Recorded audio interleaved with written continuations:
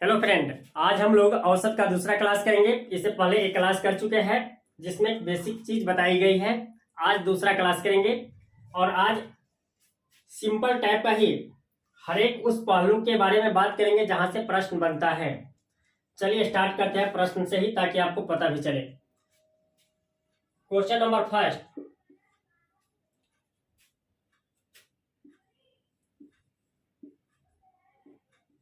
प्रथम 5 अभाज्य संख्याओं का औसत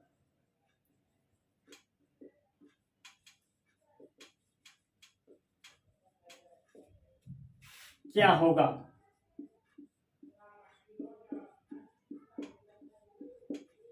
इस तरह से प्रश्न बराबर पूछा जाता है। बताइए आंसर क्या होगा। इससे पहले नंबर सिस्टम आप पढ़ चुके हैं, हम भी यहाँ क्लास करवा चुके हैं। बताइए, आपको आइडिया होगा अभाज्य संख्या कौन सी होती है और इस क्वेश्चन का आंसर क्या आएगा।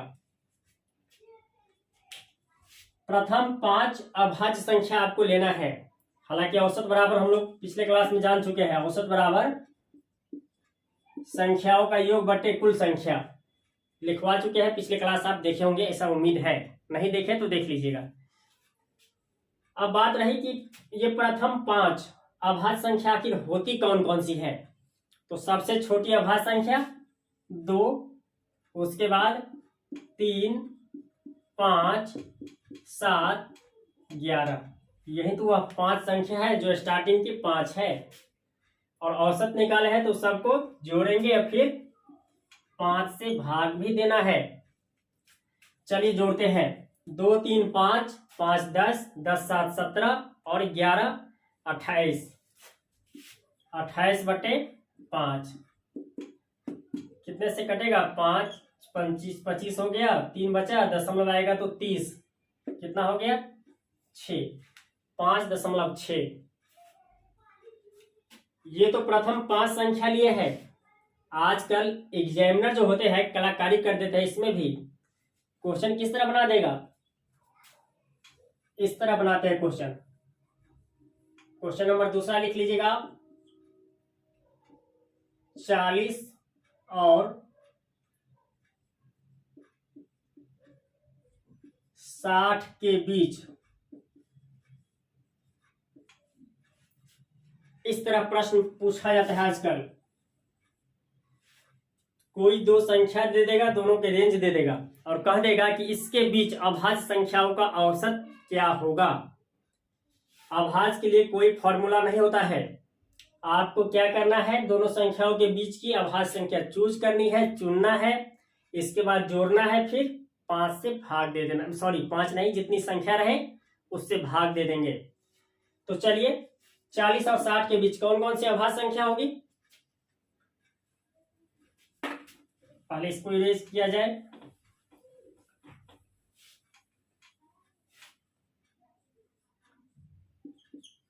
चालीस और 60 के बीच कौन कौन सी है? तो पहला 41 है, 43 है, 41 43, इसके बाद 47 हो जाएगी, 47 के बाद 53 हो जाएगा, उसके बाद 53 53, उसके बाद 59 हो जाएगा। यही संख्या 40 और 60 के बीच आती है। ये आपको खुद से काम करके निकालना होगा। और अभाज्य संख्या निकालने का तरीका पीछे बता चुके हैं। यदि पिछला क्लास नहीं किया है तो आप जान लीजिए। अभाज्य संख्या उसे कहते हैं जिसका फैक्टर केवल 2 हो। वह 2 फैक्टर क्या होगा? एक तो 1 होगा, दूसरा स्वयं वह संख्या होगी। कहने का मतलब 1 और स्वयं के अलावा किसी संख्या से नहीं कटेगी। अब इसमें कितने से भाग देंगे? 1 2 3 4 5, 5 से सबको जोड़ लेते हैं और 5 से भाग दे देते हैं। औसत आ जाएगा 1 3 4 7 11 3 14 और 9 23 का 3 कितना हासिल? 2 4 4 8 4 12 5 17 और 5 22 और 2 24 बटे 5। अब भाग दे दीजिए। 5 के 20 हो जाएगा, 4 बचा, 4 के आगे 3, 5 अठे 40.6, ये औसत हो गया। बहुत पूछा जाता है इस प्रकार का प्रश्न। आपको बारीकी से एक एक पहलू को हाईलाइट की जाती है ताकि आपसे एक भी प्रश्न न छूटे, आप हर एक टाइप का प्रश्न इजीली कर ले जो एग्जाम में आए। ये तो हो गया अभाज्य संख्या की बात। यदि भाज्य संख्या पूछ ले तो तब क्या करेंगे हम लोग? चलिए क्वेश्चन लिखिए। अगला क्वेश्चन लिखिए, प्रथम 4 भाज्य संख्याओं का औसत क्या होगा? क्वेश्चन नंबर 3 हो जाएगा। आप नोट्स में सबको लिखते चलिएगा ताकि आपको रिवीजन करने में अच्छा रहे।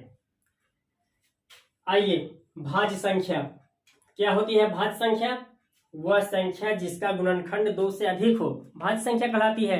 तो इसे जानते भी है आप। अब क्या करना है, क्वेश्चन में पूछा गया है उसके अनुसार चलना है। प्रथम 4 भाज्य संख्या चुनना है। तो पहली भाज्य संख्या क्या होती है? 4। उसके बाद 6, 8 और उसके बाद 9। ये प्रथम 4 भाज्य संख्या है। इसका औसत पूछा है तो सबको जोड़ देंगे और कितने से भाग देंगे? 4 से, क्योंकि ये 4 संख्या है। चलिए जोड़ते हैं। 4 और 6 10, 8 18 और 9 27। 27/4 कर लेंगे, कितने से कटेगा? 6 चौक 24, 3 बचा, दशमलव आ जाएगा, 30 हो जाएगा। 7 चौक 28, 7 और 4 पंचे 20। इस प्रश्न का आंसर 6.75 हो जाएगा। इसी प्रकार इसका भी रेंज दे देता है। हालांकि इससे ज्यादा प्रश्न नहीं पूछा जाता है, ज्यादा अभाज्य संख्या से पूछा जाता है। लेकिन मान लीजिए प्रश्न आ जाता है तो आपको सही आना चाहिए, क्योंकि 1 नंबर से रिजल्ट बन जाता है और 1 नंबर से पीछे रह जाते हैं। मान लीजिए 80 और 85 के बीच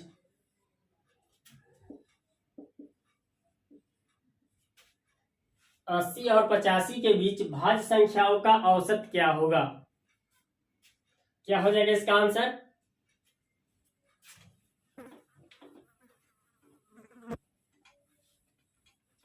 तो औसत एवरेज इक्वल टू, सबसे पहले क्या करेंगे? संख्या चूज करेंगे कि 80 और 85 के बीच कौन कौन सी भाज्य संख्या है। बीच की बात कही गई है तो क्या करना है इसमें? ना तो 80 को लेना है ना 85 को। मेन टर्म यही ध्यान देना है, 80 और 85 इसमें इंक्लूड नहीं होगा। क्या हो जाएगा? 81 भाज्य संख्या है, क्योंकि इसका फैक्टर 2 से अधिक है। 81 के बाद 82, इसके बाद 83 भाज्य संख्या नहीं होती है, वह अभाज्य होती है। इसके बाद कौन सा हो जाएगा? 84।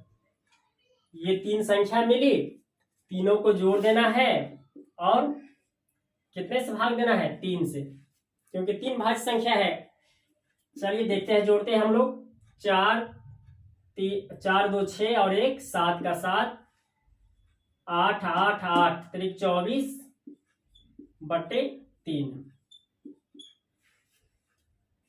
कितने से लगेगा? 3 अट्ठे 24, 7 में 3 से भाग देंगे तो 3 दूनी 6, दशमलव 1 बचा तो 1 के आगे 0, 10 हो जाएगा। 3 3, ये सही आंसर हो जाएगा। इसमें गलती होने का चांस बराबर बना रहता है, और वह गलती कहाँ होती है? कोई 80 को इंक्लूड कर लेगा तो कोई 85 को इंक्लूड कर लेगा, लेकिन हमें दोनों में से किसी को इंक्लूड नहीं करना है। क्यों नहीं करना है? क्योंकि कहा गया है 80 और 85 के बीच। 80 और 85, 80 से 85 तक, अगर ये भाषा लिखा रहता 80 से 85 तक, तब 80 भी आ जाता, 85 भी आ जाता। लेकिन फिलहाल इस क्वेश्चन के आंसर में के बीच कहा गया है, इसलिए दोनों को छोड़ देना है। चलिए, उम्मीद है कि ये दोनों टॉपिक से आपका कंसेप्ट सही हो गया होगा, कंसेप्ट समझ में आ गया होगा अच्छे से। अगले कंसेप्ट के साथ अगले क्लास में आएंगे।